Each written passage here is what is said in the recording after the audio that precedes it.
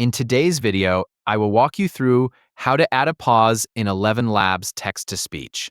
Once you're ready to create your text-to-speech audio, there are two methods you can use to insert pauses into your script. The first method is the simplest. As you type your text, look for the places where you want the speech to pause naturally.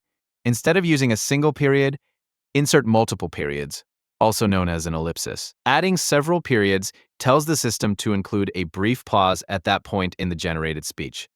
Continue writing your text and place ellipses anywhere you want another short pause to occur. This approach is quick and easy, making it useful whenever you want to slow the pacing slightly without changing anything else in your project. If you want more control over where pauses are added, you can use the second method. This method uses the 11v3 model. When you're working with the 11v3 model, you can add pause tags directly into your text. To do this, move your cursor to the exact location where you want the pause to happen. Type the word pause and place it inside opening and closing square brackets. By inserting this tag into your text, you're telling the system to add a pause at that specific point in the generated speech.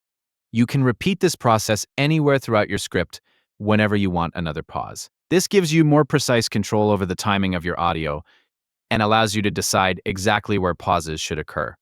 If your project requires more carefully timed speech, using the pause tag inside the 11v3 model provides a more controlled way to manage the pacing. Whether you choose to use ellipses or the pause tag, continue writing the rest of your script as normal. After you've placed all of your pauses where you want them, generate your text-to-speech audio as you normally would. The pauses you've added will be included in the generated speech, allowing the audio to follow the pacing you've created within your text.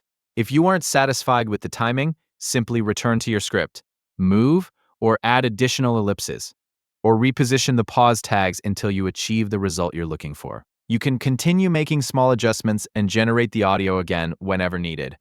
Both methods allow you to control the pacing of your generated speech, making it easier to create audio that follows the rhythm you're aiming for.